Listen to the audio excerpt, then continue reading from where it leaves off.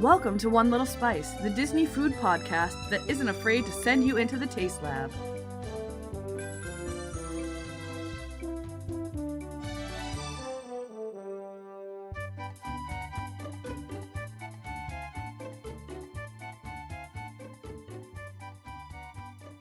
Welcome to One Little Spice's anniversary episode.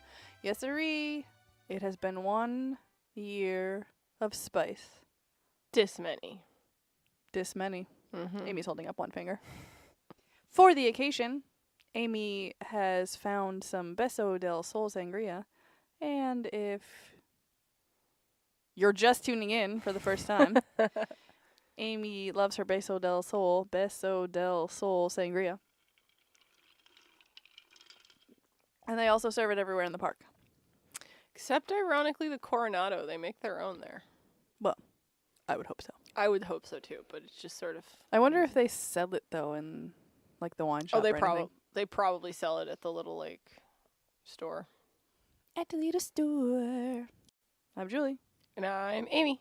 So, on this episode, we are going to talk about this past year and how it's been for us. And we have some questions from our listeners that we're going to answer, and you guys gave us some pretty difficult questions, so thank you, and this should be pretty interesting. There's one question that almost gave me an anxiety attack, and then I realized that it wasn't what I thought the question was. The answer is no to both, but I was very confused. Are you going to tell us what you thought the question was later, or just going to tell me? I thought the question was, have you eaten at all Disney World restaurants? But it says resorts. Ah, yes. I thought that was what that said originally first, and then I reread it. Okay, so it's really weird doing one of these off episodes with Amy, because normally one of these off episodes is just me talking to myself, and there's no news. And there's no news this episode either, which is also really weird, but it's our anniversary episode, so, I mean, I guess the news is that... It's our anniversary! So, there's that. Item 1. It's our anniversary! Yo, it's time for Amy's Daily Dish. Amy, what's your dish? Icky. Let's dish. Item 1. It's our anniversary! Happy anniversary to us! Happy anniversary to us! Happy anniversary to us! Happy anniversary to One Little Spice! Happy anniversary to us!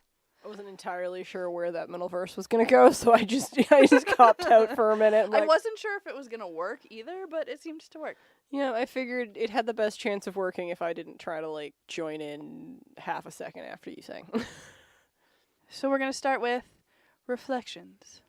Who is that podcast I'm listening to?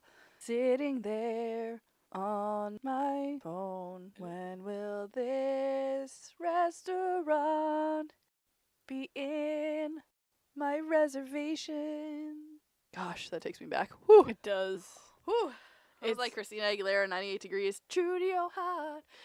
In our reflection section, we're going to talk about the last year and what it's meant to us and our favorite parts and all that good stuff. So we're going to start with our favorite moments from the past year. So I'm going to let Amy go first. Of course you are.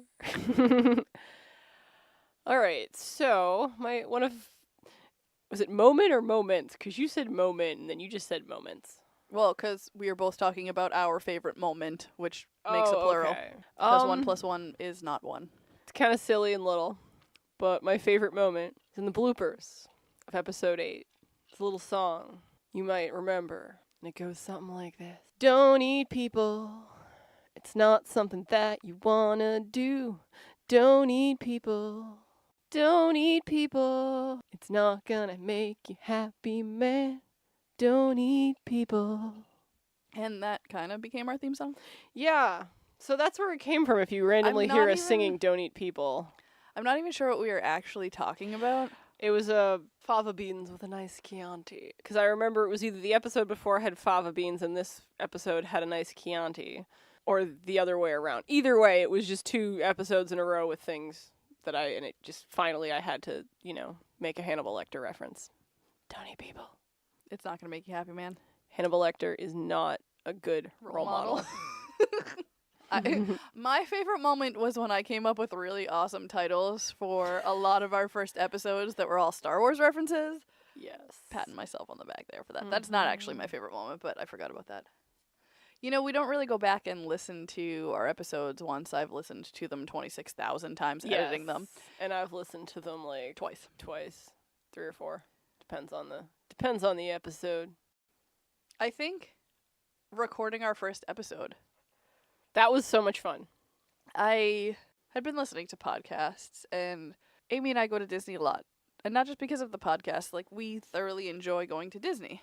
Yes. And as we both met in culinary school, we really like to eat in Disney and try new things and experience the restaurants, and we have a lot of culinary knowledge and a lot of Disney culinary knowledge. And I was thinking, I'd love to do a Disney podcast. Oh my gosh, why don't we do a Disney food podcast? And I was like, this idea is a little crazy. I don't know if Amy's going to go for it. And I pitched it to her, and she was like, oh my gosh, yes. And, you know, I started, I'm going to get back into this preparing a lot, but I think I planned our first 6 months of episodes. Yes, you did. Release dates, titles, restaurants we were going to talk about, the magical snack corners that were coming out, like Still on my computer. Yep, thorough planning. And recording the first episode, because, you know, you never know how it's going to go. No, you don't. She's my Disney wife. Because we ended up recording it without knowing the entire episode on your computers. We didn't know about it for the first 5. Yes. So I had to buy a new MacBook Oh my. because mine died. And the person told me that the headphone jack was input and output. That was not the case. It's input and output for like a set of Beats headphones, but not for a mixer. No. So we thought we were recording our episodes through the mixer and beautifully, and that was not what happened. Luckily, the speakers are not terrible, and they didn't come out awful. But, you know, if you want to go back and listen to episodes 1 through 5, that's why they sound the way they do. Mm-hmm. Anyway, so recording that first episode was really cool. Editing was super fun. I didn't realize how long it was going to actually take to edit an episode, and like 12 hours later, our first episode was edited. And Julie maybe a whole bottle of wine later. And Julie knows exactly what my looks like. And mine. And that's an that I can't edit out. Mm-hmm. We kind of teased at this next question a little bit in one of our previous episodes. I mentioned we were going to talk about it, but I didn't want to give it away. What was your favorite episode? This is hard because we had a lot of fun. I do now have an answer. Episode, not Yes. restaurant. No, yes. They're kind of the same, and I have my reasons. But yeah, this is a hard question because a lot of our episodes were really fun, and I suppose where obviously we listen to our podcast, Julie listens to 14,000 times while she's editing them, and I listen to them several times after they've been edited. When I think of my favorite episode, I more think of like which ones were the funnest, the most fun to actually record. And so I will say my favorite episode to record still is Victoria and Albert's, The Chef's Table. And the reason behind that is not just, it was an amazing meal, but when I think about that meal, I think about the entire meal, and it just gives me all the feels. And I don't usually sit down and look at all the pictures and think about one dish right after the other. You know, I'll be flipping through and then I'll stop and be like, oh, and I'll be looking through it. But I don't really like sit and think and really contemplate the amazing scope of that meal. And that is what we did when we recorded the podcast. So it is definitely my favorite episode. Surprisingly not our longest episode, and I thought it was going to be. It was almost our longest episode. It was, I think it's either our second or third longest. Because there's another one that's almost the same length, and then there's one that is actually longer. Or is about the same length, and then one that's actually longer. What other episode was 2 hours long? The Boo-to-Hoo. Boo-to-You was 2.5. Boo-to-You was the longest. Yeah, the Christmas one I thought was, wasn't comparing them, but when I was flipping through, I think it was pretty long. It was almost as long. I was expecting, okay, so after going to the Christmas party, I wasn't expecting that episode to be that long because, I mean, if you listen to it, we all know how Julie felt about it. It wasn't my favorite party ever. No. But I think we went in expecting a Christmas version of the Halloween party, and we got that, but there were certain parts of the Halloween party that did not transfer over. And so I feel like if we went just to the Christmas party not expecting that, it would be a different experience, but where we were expecting it to be that same level that the Halloween party was. Yeah. And okay, so the issue with that, and again, we talked about it on the episode, is that with the Halloween party, almost everybody dresses up. Yeah. And with the Christmas party, Amy and I, of course, went overboard and were amazing. Yes. And it was just kind of disappointing that there were people in just jeans and t-shirts and They were in their not vacation. festive. Yeah, they were in their vacation clothes. There was a very small handful of people who were dressed like us, and like dressed fancy, dressed with their Christmas day, their Christmas dressed outfits. to the nines. Exactly. There was another handful of people that were wearing like Christmas t-shirts and Christmas sweaters, but they were all also like 95% of these people were wearing ones that you can get at Disney, like that you could have gone and purchased at the gift shop, Which I'm sure they did. which isn't a problem, but it just At least they were sort of festive. they were It's sort just- of festive. It's the people that were in like sweatshirts and jeans or just shorts and t-shirts. And it was just, not as festive as, ironically, as the Halloween party was in regards to the guests.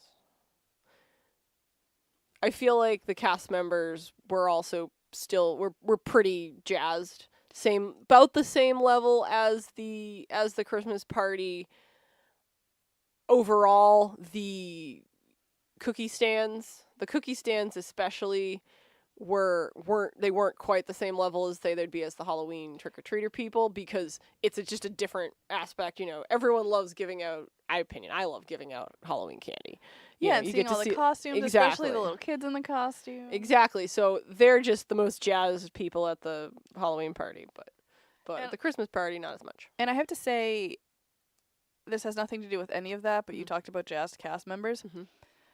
The cast members in Disneyland are not as magical as the cast members in Disney World. That's what I'd heard. There were a few that were, but most of them treat it like employment. Yes. Whereas in Disney World, obviously it's your job, but basically you don't work at Disney World because the pay is great and the benefits are great. You work at Disney World because you love Disney. You feel that this is where you need to make your life happen. You want to spread the magic. You want to be part of the joy that Disney gives you. You want to be part of that joy to give that joy to others. And Disneyland doesn't have the college program. So I think that's also part of it, because you get the college kids that are full of energy that, only work there for a couple months to a year and, maybe make a career Yeah. out of it. But Are you sure they don't have it? Okay, because I could have sworn they had it just on a much smaller scale. if they do, it's nothing like Yeah. Disney World. It's not like the International. It's nothing. Well, yeah, like no, that. it wouldn't be like the International, because that initially started around Epcot, the International program. So my favorite episode. So I have two. I have my favorite episode, and then my second favorite episode, because my second favorite episode is my favorite party. Yes. But my first all-time favorite episode is, oh gosh, I don't know what the actual episode number is. I want you guys to be able to go back and listen to it, so I'm going to... While she looks that up, I'm going to look up what the Victoria and Albert's episode is. Oh, that one is... Victoria and Albert's is episode 33, The 5-Hour Dinner. For mine, I'm not going to go look. I just already had them up. I know I'm being silly. Episode 10. Let us talk about great food. So, I had so much fun with this because it was all about puns and bad jokes, and I'm apparently just really good at both of those things. And I remember one point of the episode, Amy went into the bathroom, and instead of pausing the podcast so that when she came back, we'd start back up again and I wouldn't have to edit out silence, I had printed out a list of the jokes from the Skipper Canteen, and I basically... And the Jungle Cruise. Sorry, from the Jungle Cruise, and I basically just went through and was reading all of them with that dry humor that they they have.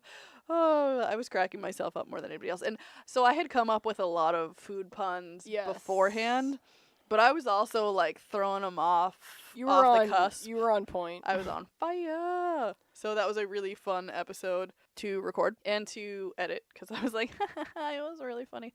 I remember that episode. You're like, okay, Amy, I want to leave in as many as possible, but you need to tell me if like I get to a point that's enough is enough. And I was like, yeah, I was like, when you're reading this back, listening to this back, yes. if it's just too much of me and these horrible jokes, please let me know so I can edit them out. The irony is not the puns, because you made up all the puns yourself, but the actual Jungle Cruise jokes, I'm the one who found those. You're like, Amy, see if you can find some Jungle Cruise jokes. So I look up and I find this website dedicated to all the Jungle Cruise jokes. Yep, and I printed that bad boy out. Mm-hmm.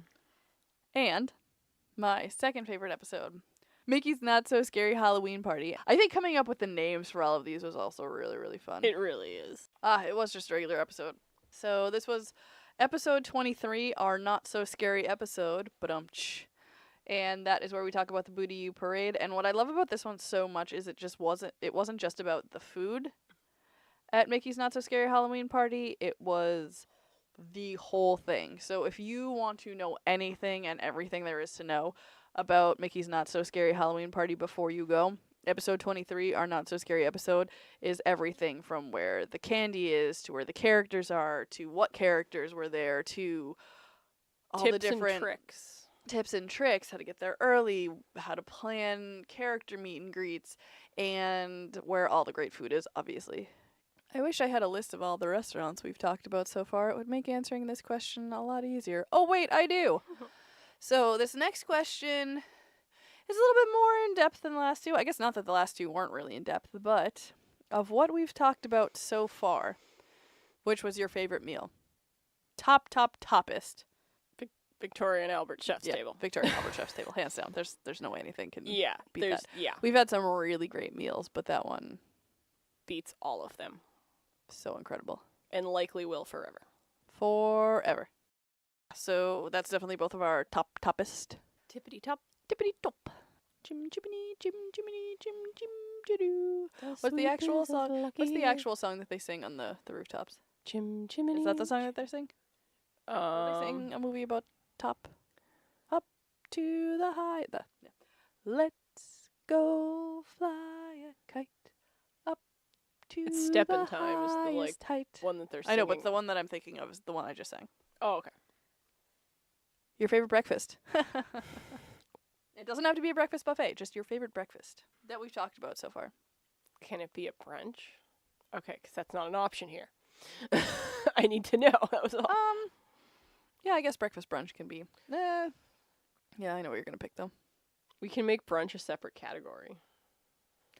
But how many brunches have we actually done? 2? That's true. So it's and they were both really good, but we all know Yes. which one was our favorite. California Grill would be my favorite breakfast brunch. If I had to pick a just breakfast, it would be Trail's End. How I know my Disney wife, because I knew that she was going to say both of those. All right, so top was Victoria and Albert's, and like we said, that was episode 33, the 5-hour dinner. And then Trail's End was one of our more recent ones, like very recent. Yes. And that one was episode 43, Let's Hope This Trail Never Ends. And then for me, my favorite breakfast is probably Kona Cafe. Now, Trail's End is amazing, and California Grill is amazing, and Amy already picked those, so I'm going to say Kona Cafe. And It is an excellent breakfast. I know we talk about that on an episode. Oh, yeah, we definitely talked about. So the Kona Cafe episode was episode 21, Good Breakfast, versus Stitch Photo Op. And you know which one we picked. Although Stitch is adorable, so, you know. Yes. You I'll have to used do to be that able at to meet him in the park. I met him. I met him in the park, too. Lilo accidentally banged her head into my cartilage Oh, I piercing. never got to meet Lilo. They were meeting together at this time. All right, next. Your favorite quick service. month 1, we do Satuli Canteen, the Refreshment Port, the Electric Umbrella, Sleepy Hollow, ABC Commissary. Be Our Guest Lunch has gotta be my favorite quick service that we've done. Episode 41. Be Our Lunch. Wait a minute, that's not right. That we've talked about. Yes, that we've... Actually, I think both of our favorite quick service was the ABC Commissary. It actually wasn't bad when we went there. Oh, It's no, it just wasn't. gone downhill since then. But I guess it's starting to come back up, which is good. But yeah, the Be Our Guest Lunch has a special place in my heart because Julie and I and Amanda went there when we went down for the Princess Half Marathon all those years ago. And the food is really excellent. I feel like overall, as long as you order something that is generally what you'd normally eat, you're going to be happy. Like, if you don't normally eat mostly raw tuna, Probably not an good option for you. yeah, then the salad niçoise is not going to be your, best friend. But if you order something that sounds appealing to you, you're going to like it because it's very good. Minus maybe the quiche, unless they've upped their game Yeah, on that unless one. they've each... Well, yeah. If you listen to that episode, that was episode 41, Be Our Lunch. Be Our Lunch. Wait a minute, that's not right. It was actually more like, Be Our Lunch. Be Our... Wait a minute, that's not right. I had to sell it. She did. She sold it well. My favorite quick service has to be Satuli Canteen in Animal Kingdom. Wow. It's just... Okay, so it's episode 3, Passage to Pandora. And it's just delicious. It's something different, but still family friendly for really anybody who would go to eat there. There's beef, there's chicken, there's fish, there's tofu. There's definitely a large array of options.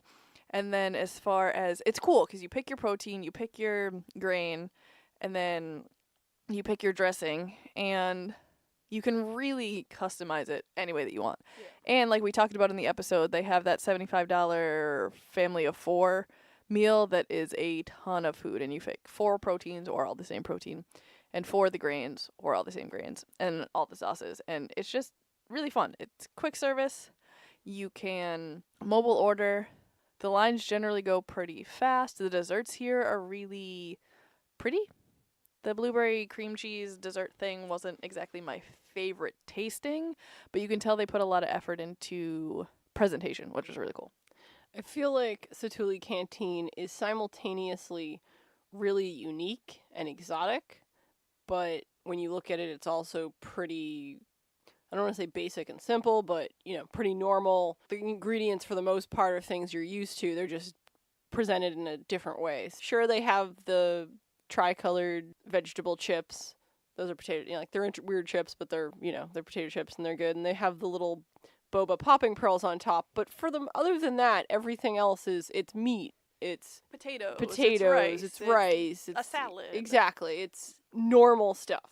The sauces all come on the side, Yeah, you can get it on it, or you can get it on the side. So it's a very good quick service location. All right, so next is, what was your favorite dinner? My favorite dinner would be Monsieur Paul's, which was episode 14, Let Them Eat Amuse-Bouche. I just always like Monsieur Paul's. It's super high-end and in-your-face high-end, if that makes any sense. But it's, classic high-end. It's classic. Yeah, it's classic French high-end, so you don't... I at least don't feel out of place or anything like that. Not that I would feel out of place, but I don't feel like other people around me are more fancy and I'm not fancy enough. I'm just hey, this is a restaurant. It's amazing and I'm going to enjoy it. And the food is always just absolutely amazing. Everything to the tiniest detail. It brings me back to culinary school a little bit, because it's a level of fine cuisine that we were taught.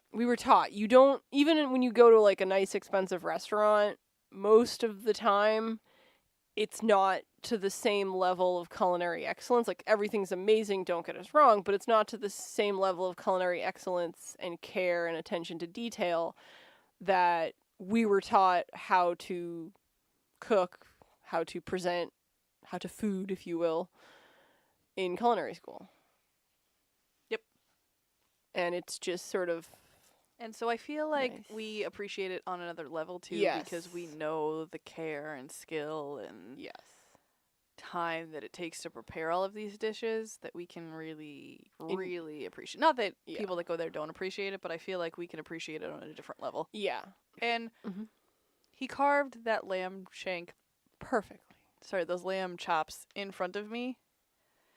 And when you're plating and finishing in front of Anybody? guests, you can't just touch the food. No. You know, in the back it's a little different, you know, you're handling things, you're washing your hands a million times. Like it is what it is when you're in a kitchen. But when you're actually on the floor presenting, it's all about doing it Without without appearing... actually touching it. And so I was very impressed with his skills of utensil usage. Yes, utensils and cutlery. And it has a beautiful view of illuminations. R.I.P. Or the next fireworks show. Yeah, it has a beautiful view of the nighttime spectacular show, whatever it may be. If you don't know what we're talking about, Illuminations will be ending this fall and will be, I believe it was the end of September, and October 1st will be replaced with a new Something nighttime that spectacular. seems pretty incredible. Yeah, all hints, all clues point to really, really awesome. And I also have heard a little bit that I think we're gonna get a little bit of one little spark figment at the beginning. Ugh. I've heard And I've heard murmurings. the murmurlings through Amy's sending me the murmurlings. Yes, I send Julie all the murmurlings. Or I Some- suppose murmuring would be another word, but murmuring actually- sounds better. That's just the word we just came up with right now. Copyright. My favorite dinner was Morimoto. Yes. That was episode 24. And the winner is Iron Chef Masaharu Morimoto. That was a great episode. It really was. It was also a great dinner. So we went, and it was like a birthday celebration for moi. And the best part about this was we got to go into the kitchen to watch them carve Oh, I a know. Peking duck. That was the best thing ever. Everything was amazing. And our waiter, Jeff? This was right before we started. This was before we started putting people's names down. Yes. I feel like it was something like Zachary. I don't know. I'm pretty sure it's not Jeff because you just call everyone Jeff. Yeah, I mean, his name might have been actually Jeff. That's true. This last one, I honestly still don't know how to answer, but I'm going to let Amy field this one because it's the question that she came up with, so clearly she has an answer for it. How has the podcast changed your life? I had to come up with this one, didn't I? Yep. Hey, I only may have come up with one question, but it was quite the doozy. So, looking back on my personal history, I have always found that I am a more functional human being. I get more done if I have a schedule. Like, if I have something I'm supposed to be doing this every day, or I'm supposed to be doing this on this day every week, if I have a set schedule, it just makes me get other things done. It's also a really fun conversation starter with people to talk about, be like, hey, so my friend and I do this podcast. It's about this. Oh, yeah, no, there's lots of food to talk about in Disney. Or, oh, yeah, no, it's super cool. This is where you can find it. Here's our card. And I find a lot of what I like to call secret Disney fans that way. I go, oh, hey, yeah, my friend and I do this. And it's really cool. And they're like, oh, it's exciting. I go to Disney like 3 or 4 times a year, and it's like, whoa, out of nowhere. I actually met a friend of Minnie Mouse on vacation with my mother on a cruise, and that was fun. So obviously when she said where she worked, I told her about the podcast, and she was super excited, and we just bonded further over Disney. So basically I'm meeting all these wonderful people who like Disney just like I do. All right, so I do a lot for this podcast. Yes, she does. I edit it. She does. I come up with all the graphics. I post everything. I come up with all the Instagram posts, the Twitter, and I feel like, this is, similar to Amy about having a schedule, I feel like this has helped me become a lot more organized. I am very good with organization, planning, scheduling. She really is. But this has kind of, gotten me in gear a little bit more. I've been able to practice my graphic design skills, and that has gotten progressively better. I'm going to be creating our website, which is really, really exciting. And, I have some background in that, but to be able to kind of hone in on that skill and be able to share my creativity with the world is really awesome. And I think the fact that people actually want to hear what we have to say about Disney I know. is really, really cool. It's like we're radio personalities on a very specific radio station. Yeah. It's very niche, but it's awesome. So next we have questions from our fans. Your questions are easier than the one I just came up with. All right, so Jonna Eggle had a question specifically for me. You mean I can't answer this one? No, because you don't know the answer. Well, I know the answer. I mean, do you? Yes. I don't know. All right, so Jonna says, when are you going to post the Downtown Disney corn dog and cotton candy videos? So when I was in Disneyland visiting Jonna, I got to have an incredible hand-dipped corn dog that was literally dipped in front of me and cooked. So it was probably the best corn dog I've ever had in my entire life. And I got a giant pineapple cotton candy. I am so jealous of this giant pineapple cotton candy. So those videos are coming soon. They're in the editing room. They're getting go. edited. They will be edited soon, and they are coming. I promise. It was just like 3 videos of each, and it's really long, and I just want to shorten them up a bit, get the highlights, and post those so you're not just watching Omen twirl cotton candy for 20 minutes. And Because there was that much cotton candy on this Yes. thing. All right, so Nicole Carrera asks, what keeps you coming back to Disney year after year? And I commented more like month after month, but well, at this point, Julie, no. I enjoy Disney. Admittedly, I wouldn't go as frequently if Julie and I weren't going all the time on the podcast for the podcast, but I think if I didn't have Amy to go with, I wouldn't be Yeah, going yeah, as if- much. yeah, because if I before the didn't- podcast, let's be honest, we were going just as much. we were, but we were planning to be like, okay, and then we're going to calm it down a little bit, and then you're like, we're going to have a Disney food podcast, and I'm like, that's a fantastic idea. Oh, that means we're going to be going probably more. It's a fun place. I enjoy it. I know there are some people out there who just go to Disney and that's the only place they go. I will never be that type of person who just goes to Disney and that's my vacation place and that's it. Yes, there's so much you can see and do at Disney, but I like to do other things as well. But what keeps me coming back is the consistency, not to sound cliche, the magic. At Disney World specifically, the cast members are usually always just so nice and so friendly. They want to chat with you as much as you want to chat with them. And it's just a really wonderful place. You can go to Disney 2 different times in a year and have completely different vacations. Regardless of events going on, you can just make different choices and your vacations will be 2 different experiences. It's just a really enjoyable environment to go to. I enjoy the consistency of Disney. I know what to expect in regards to, I know I'm never going to be disappointed for the most part, but there's always something new. And they're always changing. And sometimes we don't like the changes, but other times they're awesome changes. So it's always evolving as it should be. The number one answer, obviously, the podcast is going to keep us going back to Disney. Yes. But like Amy said, the cliche, the magic, it really is. It's just a feel-good place. One of the big things, even before the podcast, was the food. They just have incredible restaurants and incredible food, and I really want to go down and try all the different food that they have. And there's so many restaurants that, you can't eat at all the places in one trip. And I love all the different food options. We still haven't eaten our way around the world completely. And, some nostalgia growing up, loving Disney movies and being able to see them come to life. And again, the cast members are really awesome and being able to interact with them and being surrounded by people that kind of all love the same thing that you do. It's just a really fun place to vacation. And definitely number 1, the food.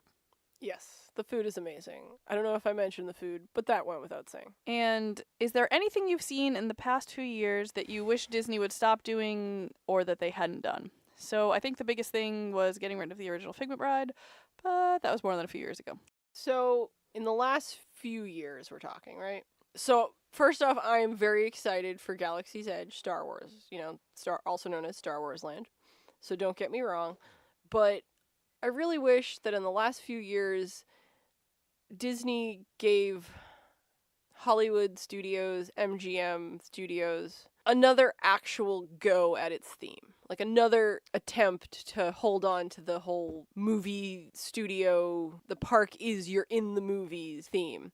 Yeah, that really bothered me because they got rid of every aspect of that, basically. They got rid of the backlot tour. They got rid of the lights, camera, action. That was the essence of the park. Yeah, and I'm not saying they shouldn't change things because, changes need to be made. But I just feel like they never gave it a second chance. They let it become stale. They put in like Rock and Roller Coaster, still years and years ago, but that's sort of one of the newer rides that they had. And they never, after that, I feel like they changed the American Idol to Frozen, and that still kind of worked for the theme, but everything else, they just kept tearing down piece by piece the movie studio aspect of it, but never really replaced the theme, never really did anything with the theme. They just got a hold of Star Wars and was super excited and had all this Star Wars stuff. This was before Galaxy's Edge was even starting to be built, but all this Star Wars stuff's happening in the parks, but nothing was cohesive anymore.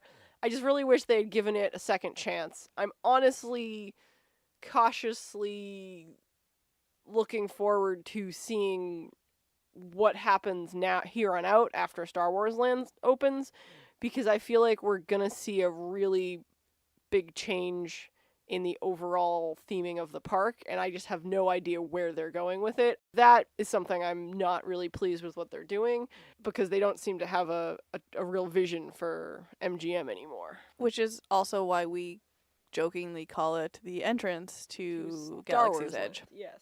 I have to agree with that. The biggest thing for me was the Great Movie Ride. Yes, I don't know why I didn't even mention that. And, my first trip to Disney, there's the Osborne Family Christmas Light Show. There was the whole basically walking through a movie set where it looks like it continues, but it doesn't. And the lights, camera, lights, motors, action was a really amazing stunt show. And I love that. And that's definitely what I miss the most out of Hollywood Studios. But another one, I wish they didn't get rid of Maelstrom. I wish they didn't introduce Disney princesses into the World Showcase. I understand. I am okay with the meet and greets. The meet and greets, Those yes. I'm fine with. But yeah, other than that, yeah, I agree. I feel like it kind of took away from the history. I feel like it's a little disrespectful to the countries, because before it was the history of Norway. Yes. And now it's not even like the story of Frozen. It's like a couple songs, some video, a little 3D Olaf, and a drop. Yeah, I feel like it's similar to Star Wars, or to Star Wars Land. It's similar to MGM Hollywood Studios in that respect, is they let things get stale when they could have taken time a lot earlier and spruced them up, make some changes and make it relevant, but they just let stuff get stale and then panic and then try to fix it. So I think those were kind of the big things. Oh, and put the gosh darn arugula back on the spicy chicken waffle sandwich at Sleepy Hollow. Is that so hard? Yeah, do those and maybe we'll forgive you for everything else. That's all I ask for, arugula. All right, so from Instagram, at Gina_WBG asks, have you dined at every Walt Disney World hotel resort? And I'm only going to ask the if not, because we haven't yet. No, we have not. She said, if not, she asked if so, which 5 restaurants are your favorite? But if not, which resort restaurants are you looking forward to trying?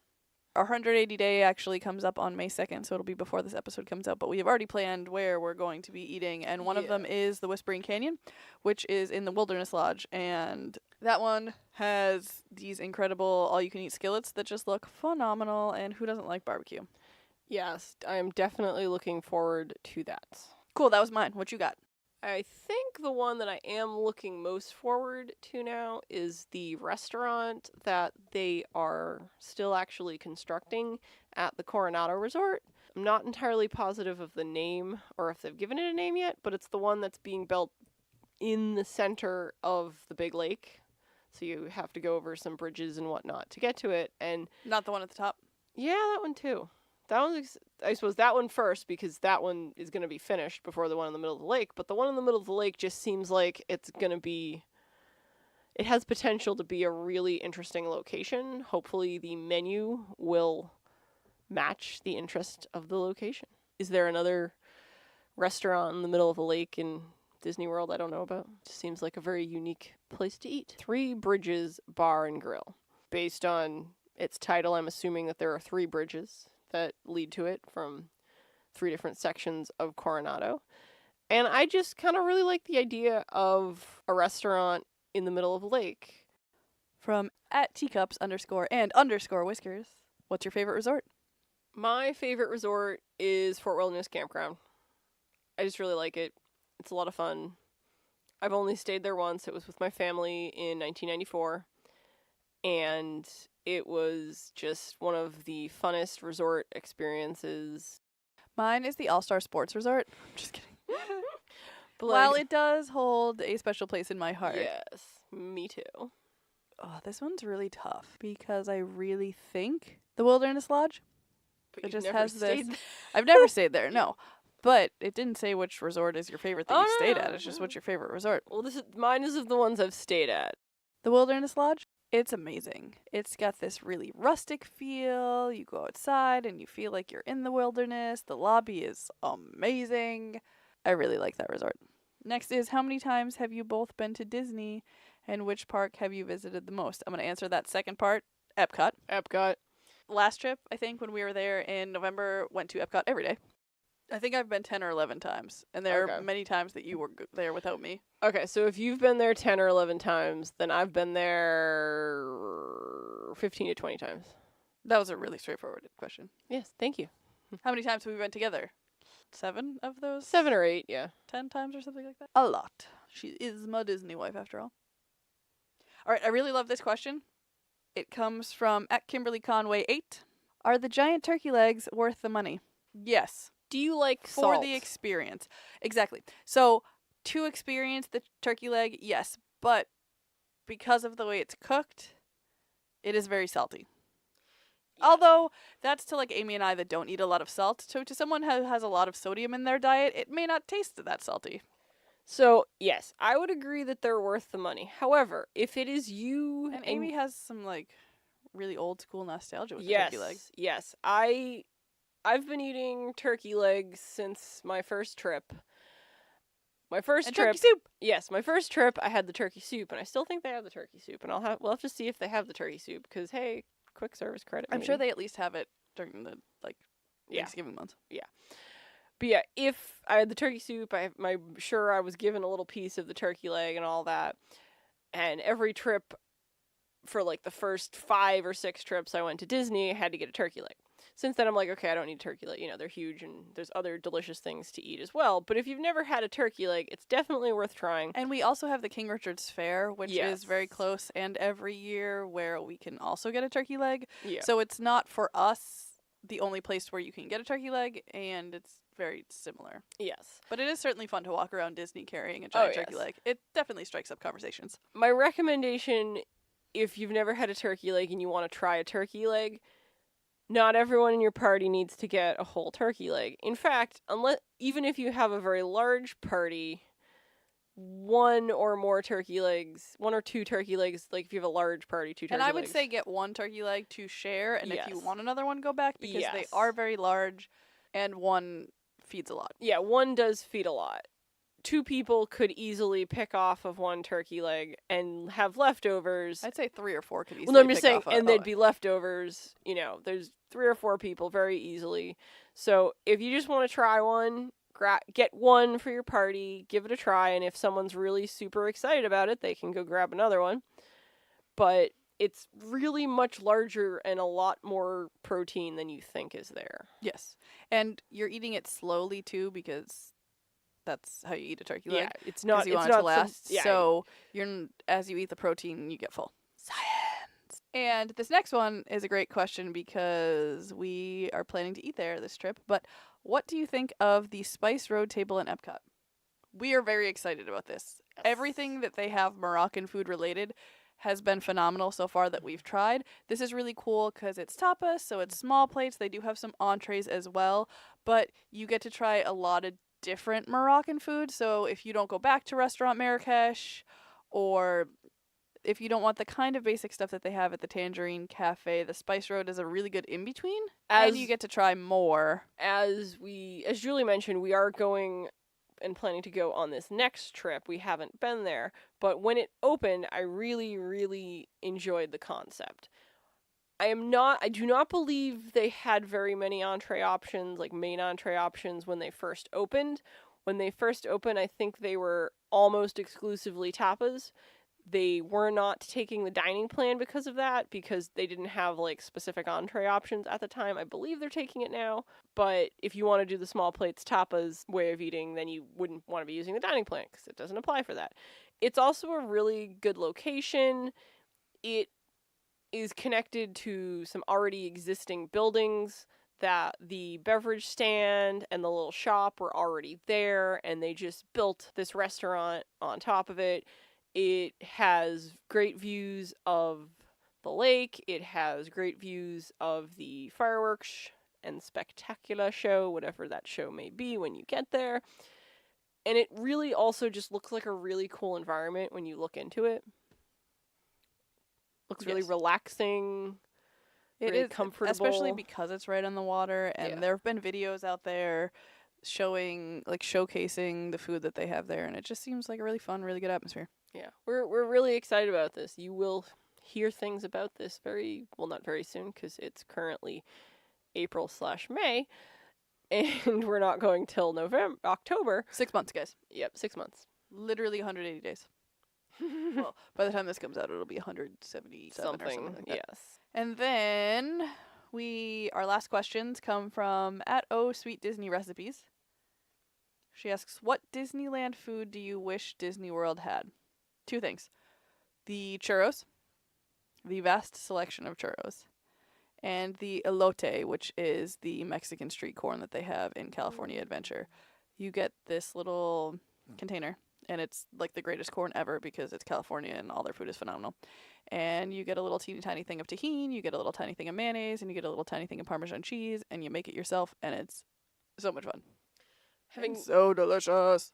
Having never been to Disneyland as of yet, I am going to agree with Julie's 2 suggestions, as well as saying I am very incredibly jealous of the Enchanted Hideaway in Disneyland now, where you can get all the Dole Whip variations. Oh, yes, that loaded Dole Whip looked incredible. Yes. The Dole Whip with the bacon was phenomenal. Yes. The loaded Dole Whip, I didn't have enough room for it, but oh my gosh. And it's like really fresh too. Yeah. It has like the little Pokey Sticks. It has the Pocky Sticks, sorry. It has the Pocky Sticks. It has mandarin orange. It has pineapple in it. It has, fruits. It's just, beautiful. Yeah, it just looks like a really exciting little restaurant snack area. And I'm really jealous, and I can't wait until someday I get to go there. Someday. Although I would also love if they made the candy canes in Walt Disney World like they do in Disneyland. Oh, the homemade ones? Yes, just because I love, homemade candy and pulled sugar and, Yes. I actually made a candy sculpture of Mickey Mouse. I'll share that with y'all. Yes, it was amazing. There's a So is there a Mickey. There's a reason someone won the award for sugar work. And it was also really meaningful to me because he was the first Mickey Mouse I ever met in Disney. Sorcerer Mickey. Next, she asks, which Walt Disney World food is overrated? Insanely unpopular opinion, the Mickey ice cream bar. Yeah. You have to come up with your own. I'm just agreeing. I'm just agreeing with yours. Okay, so here's the deal. I'm all for it. It's super nostalgic. I had one, finally, at the River of Light dessert party. It was awesome, but it's like a Klondike bar, except not as good. What would you do for a Klondike bar? Yeah, I would agree. It's not that's not my choice. I'm still thinking about it, but I would agree that is not my favorite. I would say it's not bad, but it's not as amazing as everyone says it is. School bread. It's good. It's not the most amazing thing on the planet, but it's good. And the thing with that is everybody talks about how incredible it is. Everybody does. Like with the Mickey ice cream bar, it's just more of kind of like a yay, Mickey ice cream bar, it's a staple sort of thing. Everyone doesn't really rave about it, but everybody really does rave about the school bread. Yes. And the school bread is, if I am remembering it correctly, a yeast donut type pastry filled with pastry cream being essentially thicker vanilla pudding. And they put a little bit of that on the top as well. And I know, shock, they sprinkle it with toasted coconut, and it's not my favorite thing, even though coconut is one of my favorite things. And it's good. It is very good, but it's not this amazing pastry that, in my opinion, that everybody raves about. It's a donut filled with pastry cream and covered with coconut. It's basically like a Boston cream donut with coconut on top and not chocolate. And more cream on top. I've literally never had one of these, so I can't speak to it.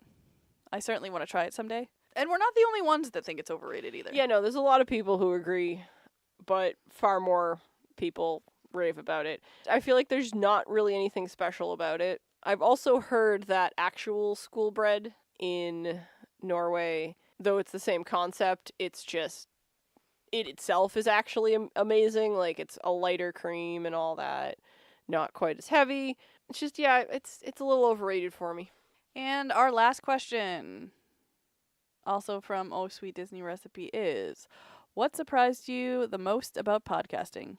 I think what surprised me the most is that people actually want to hear what we have to say about Disney food and are as entertained by us as we are. Yeah, like, we're very entertained by ourselves. I don't want to say, yeah, we'd keep doing this if nobody was listening, but we would totally keep doing we this would if keep nobody doing was it. listening. Yeah, we probably would. It's a lot of fun. It is very surprising when you stop and think about it. Because I remember the first, like I was saying earlier about how I realized that we were essentially radio personalities on a very specialized radio station. It's crazy to think that people choose to listen to us talk about food. And that's pretty cool, and that's pretty exciting, because food has always been a really big, important factor of my life. And I know, of course, food has been a big, important factor of my life. Like, it's important for everybody because, you know, that's how you gain nutrients and continue living.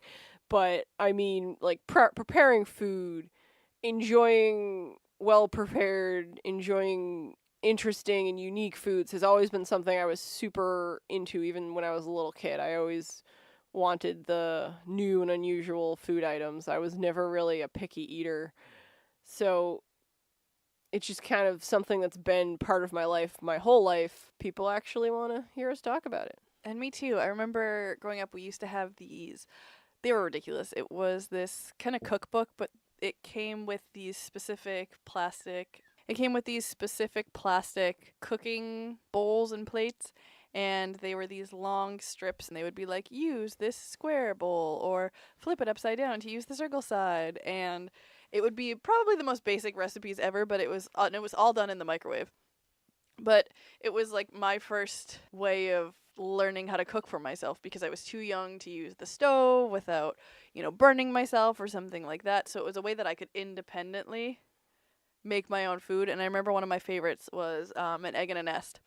And it was a slice of bread, and you cut out the center, and you put a egg in it, and then you put a slice of American cheese on top, and you bake it in the microwave. You nuke it in the microwave for however long it said to. And I just remember like making that for myself for breakfast all the time and loving that I made it myself, and it was also really super delicious. So, going from that to culinary school to having this podcast, being able to talk about food and how food has changed our lives, and especially how Disney food has changed our lives, and being able to share that with all of you and help it change your life. We've had, so much feedback about how we've suggested something and someone's gone to eat it and it's been amazing, and, been thanked for making their Disney experiences better. So that's just really, really awesome. So that is all our questions. Next, we have a look at the future. What is in store for One Little Spice Year 2? So this next question is, what are you most looking forward to this coming year? I am very excited for our website launch. I can tell you all this now.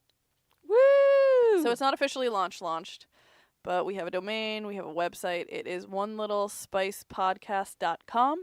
You can head over there. I am definitely putting the link in the description of this episode. And you can throw your email in and get any sort of updates of when this website is actually going to be up. Give me a few weeks, a few months to get it all squared away and perfect. But I'm so excited about this. We're going to be able to post all of the recipes that we've created from all of our vlogs. We are going to have Amy's daily dish, which will actually be daily. Mm-hmm. And it's really cool because with the daily dish, there's been a lot of things that we've wanted to talk about. Yes. But our podcasts, only come out once a week, or, it was a little bit in the future. So we want to make sure that you're getting as much important Disney information as you can up front. We're going to have all of our reviews of all of the restaurants that we've eaten. And I think it'll be really cool because I'm going to post my review and Amy's review, so you'll kind of get the two different standpoints of it. We'll post all our pictures. It's going to be really awesome. We are definitely going to have all of our photos. So many photos of all the food that we've had, because I've been trying to post as much as I can on Instagram, but there's only so much time exactly to be able to post. But we want to be able to share all of those photos and everything with you. We will have, spaces for you to comment on everything, for you guys to communicate with us, with other listeners. It's just going to be a really, really fun place. I'm very excited for us to be relaunching our YouTube channel. While our vlog videos from the past year definitely had a lot of great content and information, they were pretty long. I think the first one was over 35 minutes. I know the second one was a lot shorter, but it was still pretty lengthy and almost too chock full of information. We are in the process of updating some of our video equipment, and we are going to go with a new format. We are going to have short and more to the point videos focusing on the food and the recipes without too much excess surplus information. Now, we definitely love to give you all the cooking tips and history of the foods and further information about the recipes we bring you, and we are going to continue to do that just a little bit differently. We'll be posting 2 videos for every recipe. The first will be the main video, and again, it's going to be shorter, just the recipe, getting you through that. The second video will be a follow-up where Julie and I will sit down and go through the recipe step by step, giving you cooking tips, helpful hints to help you bring Disney into your kitchen as easily and successfully as possible. We will also continue to give you lots of fun facts and history about the Disney recipes we are bringing to you. I'm just really, really excited for this. I'm going to be taking over editing the vlogs because Julie has enough to do already. I'm really excited to get my hands dirty, so to say, and bring you guys some really good content similarly in the way that Julie does. Because Julie is the all-star of this podcast right now, and we know it. Well, thank you. I really appreciate that. I think the toughest part with our videos being so long is it was hard to post them on social media anywhere to kind of grab people's attention to say, hey, check out this video on our YouTube channel on the Taste Lab. And I think kind of being able to shorten it into the shorter videos, like a lot of the videos that are out there on social media are going to be that eye-catching. And then when you get to the YouTube channel, you'll be able to watch a shorter video or the longer video with added spice if you want to get all the history and all the extra information that we have to offer as chefs. And I think one of the other things too with the website, with our recipes that Amy and I kind of talked about, is we want to write those paragraphs about how this recipe has, changed our lives and what we really appreciated about it and all the tips and tricks and all the little things we found out about how perfecting this and really being able to bring that Disney magic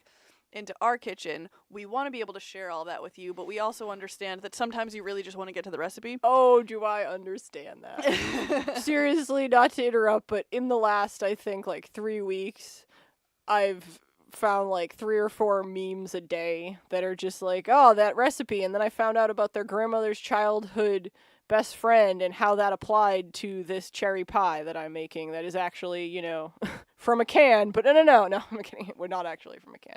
But you all know what we're talking about. You get to a recipe and it's just, where's the recipe? Yeah, and sometimes I want to sit and I want to read all these stories because I want to hear all the tips and tricks, but sometimes I'm just looking for a specific recipe for something that I'm really feeling like eating, and I know I'll have to go through a few recipes to adapt to scroll to the bottom of the page, and it's not a recipe that I want to make. Yes, it's like, I just want to make my scones. Let me find my scone recipe. I have a really good scone recipe, by the way. Maybe we'll share it with you when we make scones for afternoon tea. Yeah.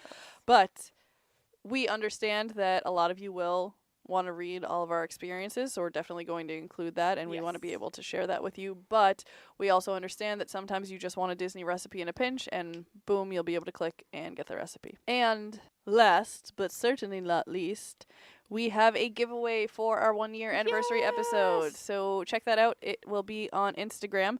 Our Instagram is at @1_little_spice.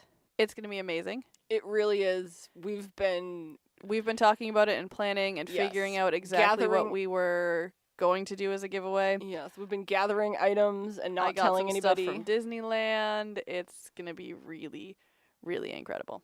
The giveaway is going to run for a couple weeks, so you will have plenty of time to enter that. Yes, full details will be in the Instagram post. Absolutely. You will see all of that there. And now actual last, but definitely not least, I really want to give a huge thank you to our listeners. Yes.